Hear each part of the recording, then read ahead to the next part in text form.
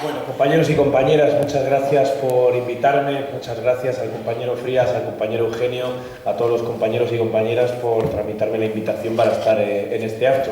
Voy a ser muy breve, lógicamente, porque ya no son horas, es un poquito tarde y además yo creo que tanto Frías como Eugenio lo han expuesto extraordinariamente bien. Yo querría empezar precisamente por una de las cosas que ha dicho Eugenio al final, cuando hablaba acerca de que ahora parece que está de moda el decir que uno no es político y que nosotros reclamamos precisamente sin miedo la defensa de la política, ¿no? ¿Qué sucede? Que todos sabemos que en el mundo hay dos grandes formas de entender la política. Hay dos grandes formas. Cuando uno dice la palabra político, pues lógicamente un ciudadano cuando escucha la palabra político lo asocia normalmente a un mentiroso, ¿no? Lo asocia a un manipulador, lo asocia a eso que hemos llamado los políticos profesionales o eso que en televisión llaman la clase política, con la voluntad de que confundamos las cosas los de abajo y creamos que son todos iguales. Y cuando se habla del político como alguien mentiroso, como alguien rapaz, como alguien manipulador, como alguien que está engañando sistemáticamente a la población para conseguir su voto o para robar del erario público o para robar a costa de los regalos que le hacen del sector privado a cambio de que legisle para ellos, cuando una persona dice que el político es un ladrón o que es un mentiroso, pues muchas veces lo que ocurre es que lleva razón, porque cuando entendemos la televisión, pues vemos sobradas muestras de que esto es así.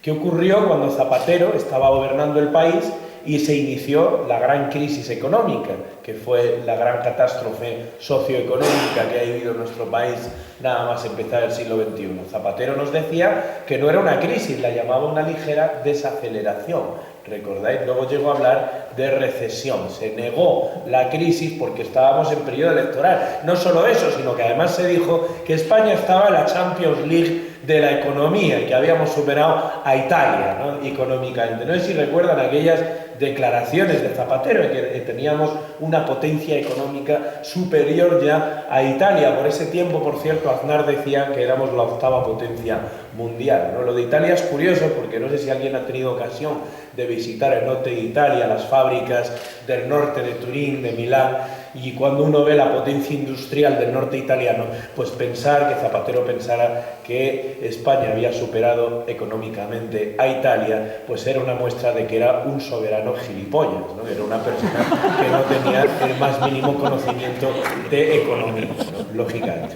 Pero es que además Rajoy, a continuación, cuando gana las elecciones, nos dice que España se encontraba viendo los brotes verdes y mucho inmediatamente después, cuando entra en la precampaña electoral, que ellos inician la precampaña electoral el pasado verano, el pasado mes de otoño sobre todo, se inicia la gran campaña propagandística de la recuperación, ¿no? Y empiezan a hablarnos de que llegan unas grandes cifras macroeconómicas que empiezan a repuntar y empiezan a decir hace precisamente 2 meses que el paro está empezando a bajar. Lo que no cuentan es que a muchos de nuestros familiares, y estoy seguro de que a muchos de los que estáis aquí lo sabéis, a muchos de nuestros familiares de repente les empiezan a llamar para trabajos temporales de la Junta de Castilla y León o de los ayuntamientos, y qué casualidad que le llaman para una escuela taller o que le llaman para hacer un chaperón en un edificio del ayuntamiento, porque hay una estrategia coordinada de gastar todo el dinero de empleo público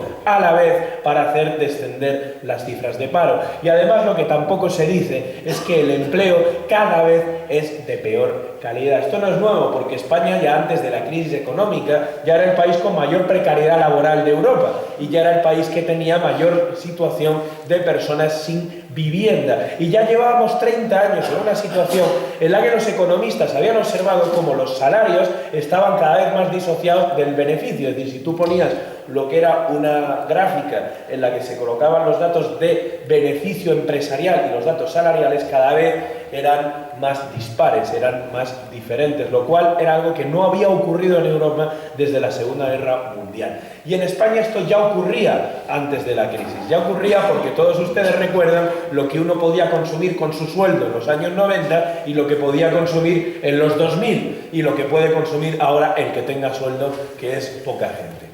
Y uno ya va viendo como antes de la crisis había una situación de injusticia estructural en el país. Pero el problema es que a partir de la crisis se dispara toda esa situación. Y nosotros estamos ya en Castilla y León, mientras se anuncia que los datos de empleo son positivos, resulta que en Castilla y León tenemos la friolera de un 90% de temporalidad en la contratación. Es decir, que a ti te llaman para hacer un contrato de horas, como se están haciendo ahora mismo, te llaman para descargar un camión y si te hacen una contratación es una cifra menos en los datos de paro. Y hay un 60% de contratación parcial. Lo estáis viendo, como a vuestros familiares o a vosotros mismos, si estáis en paro, ya no os ofrecen contratos de 8 horas, sino que os ofrecen contratos de 4 o 5, os hacen trabajar 6 o 7, os dejan sin cobrar una parte. ¿Y eso qué quiere decir? Que estamos llegando a ver en Castilla y León un fenómeno que es el de los trabajadores pobres. ¿Cuántos de vosotros que tenéis hijos e hijas veis que vuestros hijos e hijas cuando consiguen un trabajo no se pueden ir de casa? Porque si no estuvieran los jóvenes viviendo con sus padres, serían pobres de solemnidad. Si en este país no hubiera padres y abuelos, madres y abuelas que han estado ahorrando toda la puñetera vida para tener un colchón familiar donde pueda tener a sus hijos en paro, si esa realidad no existiera, que es la que está pagando la crisis, la gente estaría durmiendo debajo de un puente literalmente. Es decir, los jóvenes serían pobres de solemnidad con los salarios que están cobrando. Y esa es la realidad de la creación de empleo. Y la gente lo ve, y la gente lo sabe, y la gente lo conoce. Y por lo tanto, cuando la gente ve eso y ve a Rajoy hablarnos de recuperación, pues todo el mundo en el bar dice que Rajoy es un mentiroso y que la política es el reino de la mentira. Lo que sucede es que todos sabemos que detrás de ese discurso hay un fenómeno que es el fenómeno de desactivar a la resistencia, de desactivar a la protesta social, porque es mentira que todos sean iguales. Es cierto que una parte importante de la política en este país, mayoritaria, ha venido a la política a mentir, a robar, a entregar, a legislar para las grandes empresas de sus amigos, como se está haciendo en Castilla y León, como el Grupo Serunió, que hace un año estaba vertiendo sopa con gusanos a los hijos de esta comunidad y se le puso una multa y se le permitió continuar haciendo negocio hasta el punto de que esta mañana ha saltado otro escándalo y parece que le van a retirar, dicen, la contrata porque estamos en tiempo electoral. La vida nos ha dado, porque si esto ocurre dentro de un mes, compañeros y compañeras, os garantizo que no retiran la concesión, que es exactamente lo que hicieron hace un año. Y cuando uno ve esto, pues efectivamente puede creer que la política es algo nefasto y es algo de la mentira, pero como ha dicho Eugenio, no, es mentira, no todos son iguales, depende del concepto que uno entienda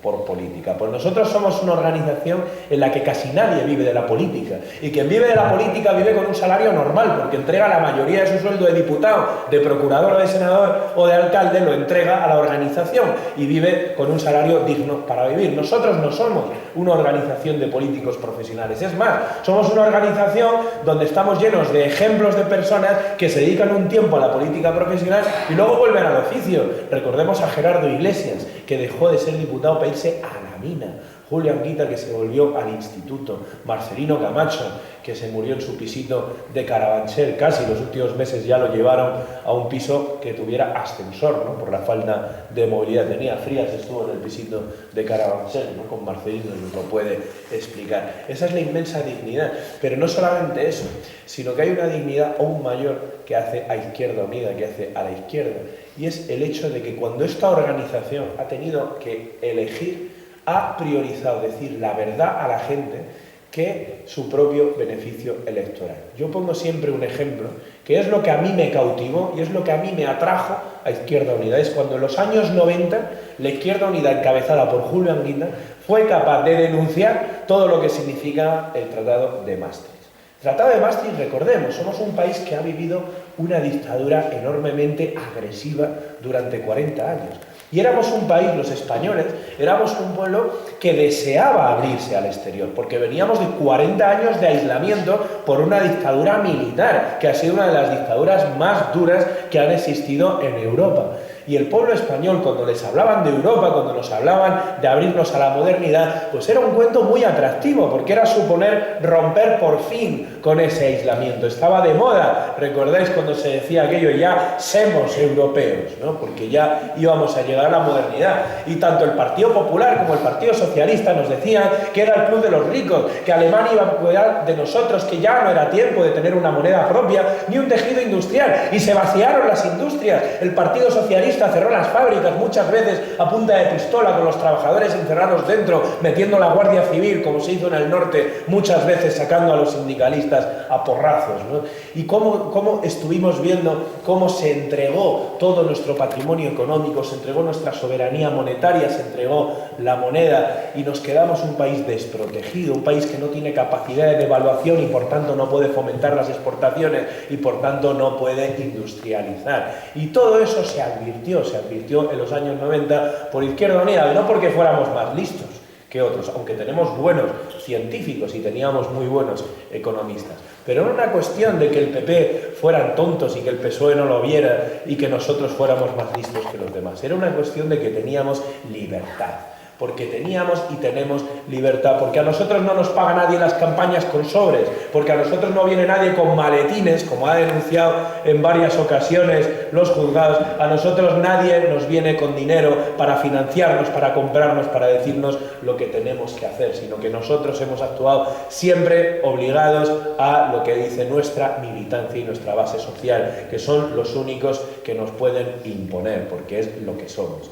Y frente a esto hubo una enorme agresión. Yo siempre recuerdo aquella época en que a Julio Anguita lo vestían de Quijote en los guiñoles de Canal Plus. No sé si recordáis aquella imagen, ¿no? Y yo siempre quedará para el recuerdo que Julio Anguita, igual que todos los compañeros y compañeras de aquella Izquierda Unida, resulta que nunca le pudieron llamar ladrón y nunca le pudieron llamar mentiroso. Si hubieran encontrado un solo robo, si hubieran encontrado una sola mentira, habría llenado las portadas de los periódicos y habría llenado las televisiones, pero como no pudieron porque no robaban y porque no mentían, les llamaron lo único que podían llamarles, que era locos, que era decimonónicos, que eran anticuados, ¿no? ¿Recordáis todo lo que nos decían? Éramos la izquierda antigua, no éramos modernos como ellos, ¿no? No habíamos entendido lo que era la modernidad, lo que era Europa. Nosotros éramos gente de la izquierda trasnochada y éramos unos idealistas y unos utópicos. ¿Recordáis todo lo que nos dijeron?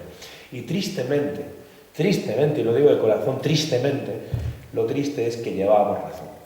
Ojalá hubiéramos estado equivocados, ojalá todo eso que nos decía el PSOE, que nos decía el PP hubiera sido cierto.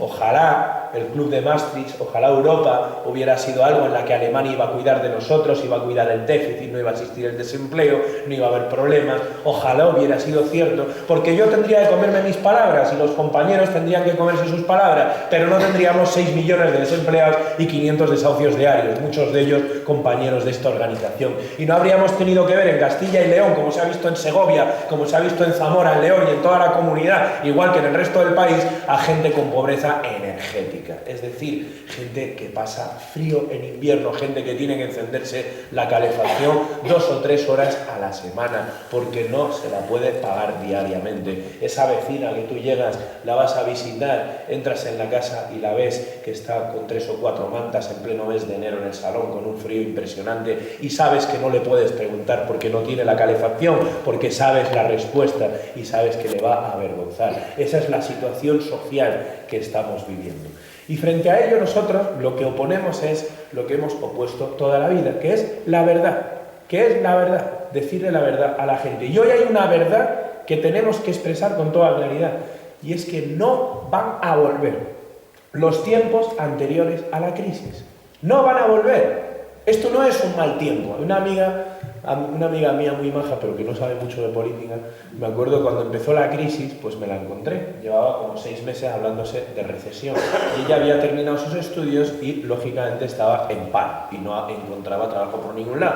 Y me dijo una cosa que me hizo a mí comprender mucho de cómo se razona a veces. Me dijo, bueno, pues voy a hacerme un máster porque así en lo que hago el máster, que dura un año, a lo mejor la crisis ya se pasa y entonces puedo encontrar trabajo. Razonábamos así, razonábamos como que venía el mal tiempo, que venía una sequía, que se iba a solucionar esto. Y era la esperanza que tenía muchísima gente. Esto era algo que ya pasará. Pero eso es mentira y el gobierno se aprovechó de la inocencia de la gente y decía: yo voy a recortar los derechos temporalmente. A los funcionarios le quitaban la paga extra, le hicieron una reducción salarial, un aumento horario, le hacía la reforma laboral a los trabajadores que permite el despido más sencillo, que permite el descuelgue de los convenios y que mientras tanto es un ataque a la negociación colectiva, un ataque a la única herramienta que tenemos los empleados, que es nuestra unión, porque no podemos negociar individualmente con un empresario nuestras condiciones de trabajo, porque estamos en inferioridad de condiciones. Y todas estas maniobras que se dijo que eran temporales, que se dijo que esto era solamente en lo que fuera pasando, que ya se incentivaría la economía y luego volveríamos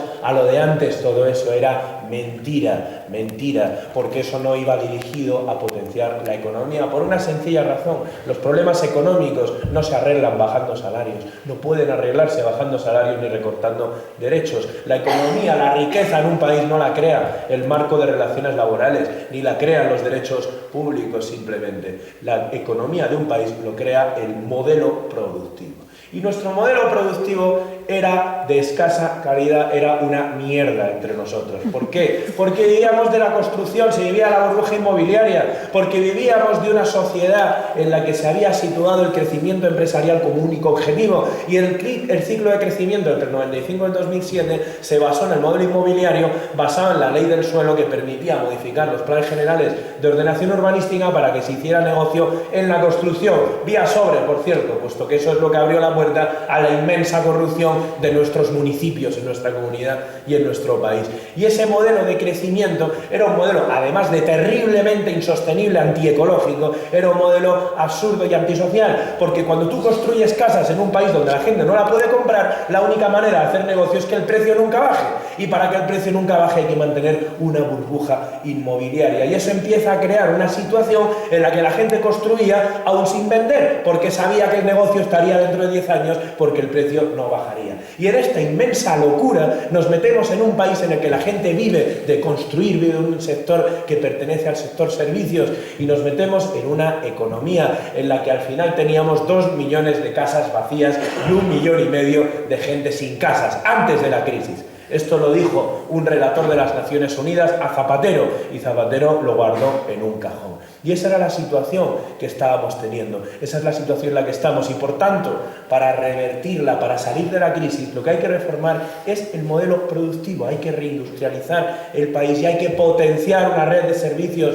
propia y de servicios públicos, de derechos públicos. Cuando lo que se hace es precisamente bajar los salarios a través de la reforma laboral y despedir más barato y recortar derechos públicos, lo que haces es empobrecer a la gente.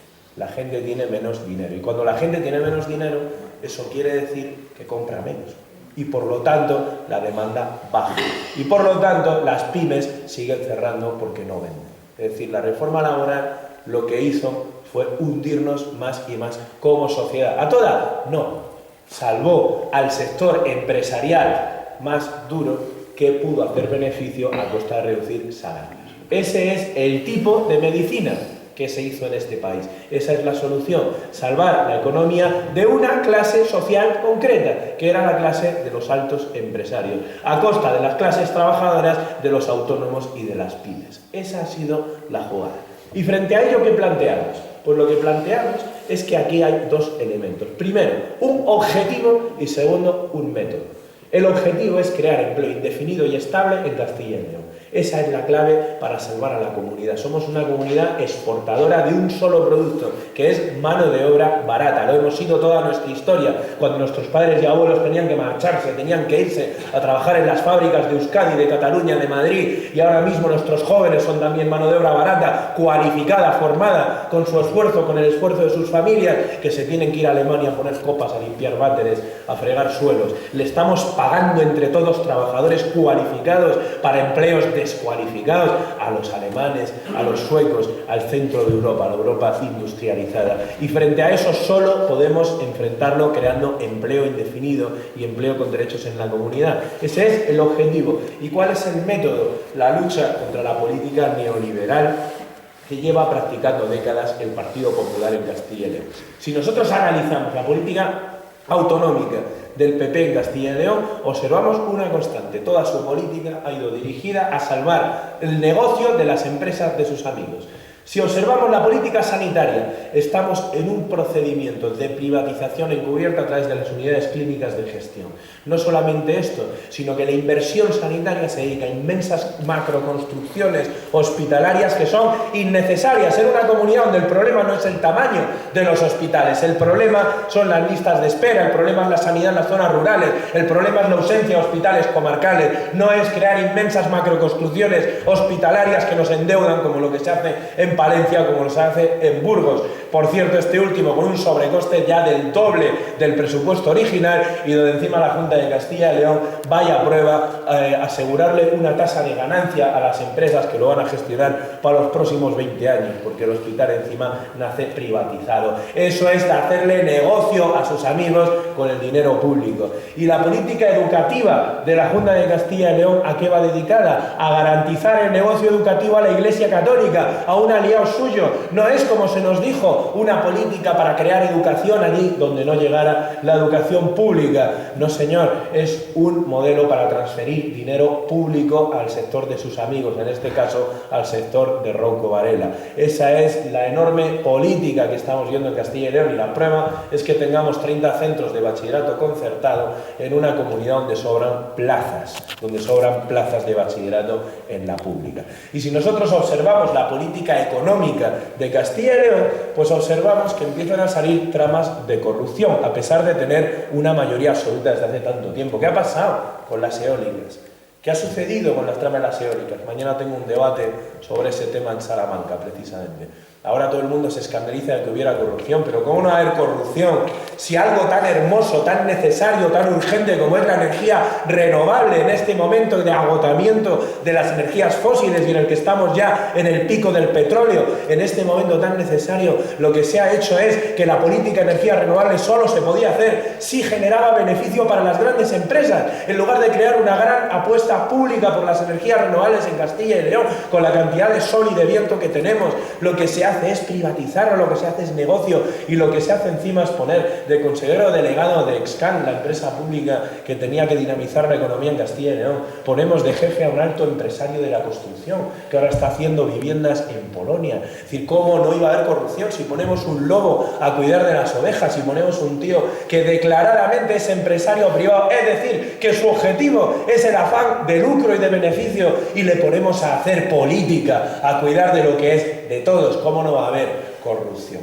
Y por lo tanto planteamos que eso tiene que transformarse, que la economía tiene que estar al servicio del ciudadano. Y hay que empezar con una reforma fiscal para que pague más quien más tiene. Y planteamos recuperar los impuestos que han ido eliminándose, que iban siempre en beneficio de las rentas más altas, como es el impuesto de sucesiones, donaciones o patrimonio. Y planteamos crear impuestos nuevos, como es el impuesto a las grandes superficies, a los grandes modelos de negocio que cierran nuestro pequeño comercio en la comunidad y que solamente sirvan para crear precarización. Y por tanto hay que lacrarlas, hay que lastrarlas, y tienen que pagar beneficios para que con eso podamos apoyar a la economía. Y la economía se apoya apoyando al campo y haciendo que los productos del campo se envasen en enlatadoras y en fábricas aquí en Castilla y León, porque hay que industrializar la comunidad. Y planteamos para eso que tiene que haber planes de desarrollo. Con las 4 universidades públicas que tenemos en Castilla y León, duplicar la inversión en I+D y crear un plan de desarrollo agroindustrial en Castilla y León. Tenemos un sector por delante que está completamente desaprovechado, como es el sector de la agricultura ecológica.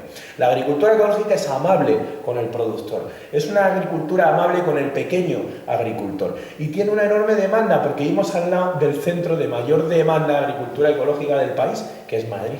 Y resulta que Madrid está importando agricultura ecológica del extranjero o del norte, como es desde Navarra, desde el País Vasco, desde La Rioja, etc. Y nosotros lo que tenemos que plantear es una red logística, una red de transporte y una red de agroindustrialización para que los productos de la agricultura ecológica puedan ser transferidos directamente hacia Madrid, que es nuestro consumidor natural. Joder, si Madrid está consumiendo todo el rato agricultura ecológica, y en la Sierra de Guadarrama no es posible que les dé de comer, por mucho que la estiremos. Somos por naturaleza un espacio privilegiado para la agricultura ecológica en Castilla y León. Y proponemos que haya una política de aprovechamiento de los montes, una política de aprovechamiento de un sector en esta comunidad que somos la región más arbórea de Europa, con más superficie forestal de Europa, y hay una cantidad de posibilidades que podemos trabajar como la apicultura, la silvicultura, la trufa negra, el mueble, el piñón, la madera. Tenemos una enorme posibilidad de aprovechar nuestros montes que son el futuro. Y mientras tanto, ¿qué hace la Junta de Castilla y León?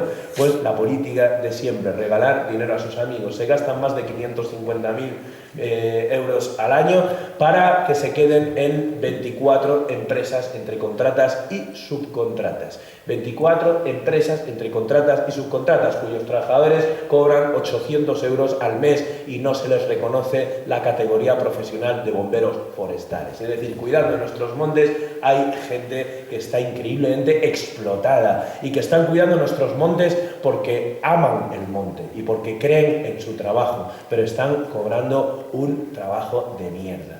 Están cobrando un salario asquerosamente ridículo, insultante, y no se les reconoce la categoría, cuando esa gente tendría que estar cobrando dignamente y trabajando todo el año, porque como sabéis, los montes evitan los incendios en invierno. En esas labores de limpieza tradicional que antes hacía la ganadería tradicional o el pastoreo, que limpiaban el monte o la recogida de leña, y que ahora al desaparecer hay que hacer de manera organizada, y esa sería la función del Cuerpo de Bomberos Forestales durante el invierno, para que no desaparezcan nuestros montes algún día. Ese es el tipo de políticas que hay que afrontar, el tipo de políticas que hay que realizar. Una transformación radical de nuestro modelo productivo y una apuesta por el empleo. Por eso apostamos por el Plan de Empleo Garantizado. ¿Qué es un empleo? Fíjense, consiste en dedicar el 0,92% del presupuesto estatal, dedicarlo a crear empleo. 1 millón de puestos de trabajo en el país, de los que 60.000 le corresponden a Castilla y León. Cuando nosotros hacemos esta propuesta, el PP y el PSOE siempre nos dicen, claro, vosotros a gastar dinero público a crear empleo, así solucionáis el problema del paro. Y decimos, claro, mire usted, es que ¿saben cuánto se han gastado ustedes en salvar a la banca? El 1,26% del presupuesto. Nosotros proponemos gastarnos en esto el 0,92%. Es decir, que ellos están dispuestos a gastar mucho más dinero en salvar a la banca del que nosotros proponemos para salvar a la gente, a los trabajadores, a los ciudadanos. Y ese plan de empleo garantizado en Castilla y León sería la bomba, porque nos permitiría trabajar precisamente en las zonas más despobladas, en las zonas rurales que han estado perdiendo población y perdiendo puestos de trabajo. Y planteamos también que las agencias públicas de Castilla y León lo que tienen que hacer es garantizar el crédito a través de avales a las pymes, a la pequeña y mediana empresa, que es la que también está sufriendo la crisis frente a la gran empresa, que ha sido la gran privilegiada por el Partido Popular. Y creemos que hay que hacerles este apoyo a cambio de que creen empleos indefinidos, trabajo estable y buenos salarios. Hay que hacer un nuevo pacto en esta comunidad que conlleve a que haya una política pública que intervenga la economía, que intervenga los salarios a la alza y que dinamice la economía real, no la financiera, no la economía de las bolsas, sino la economía real, que es la de la oferta a la demanda, la de la compra, la de los servicios a los ciudadanos. Esa es la economía que nos interesa, y con una fiscalidad alta, con unos derechos públicos y con unos servicios públicos, y explotar la enorme cantidad de derechos que hay que crear en la comunidad, los trabajos relacionados con el sector de cuidados, con el sector de protección medioambiental, con el sector de cuidado a la tercera edad, el sector de la dependencia. Todos estos sectores hay que empezar a cuidarlos y mimarlos. El objetivo es tener una comunidad donde se pueda vivir, porque se puede trabajar. Estas son algunas de las cuestiones, no me prolongo más porque ya es muy tarde, y simplemente terminar con la reflexión con la que han terminado mis compañeros. Esto no es una batalla electoral,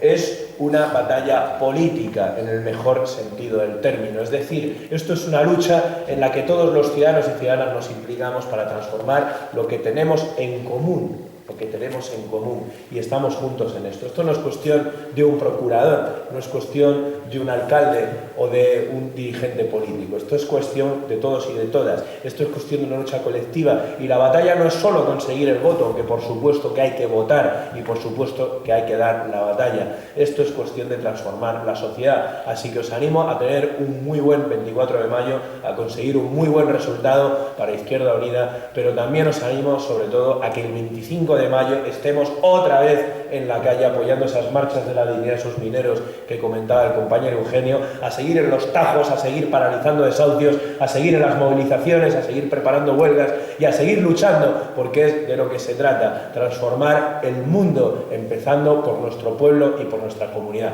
Salud y república.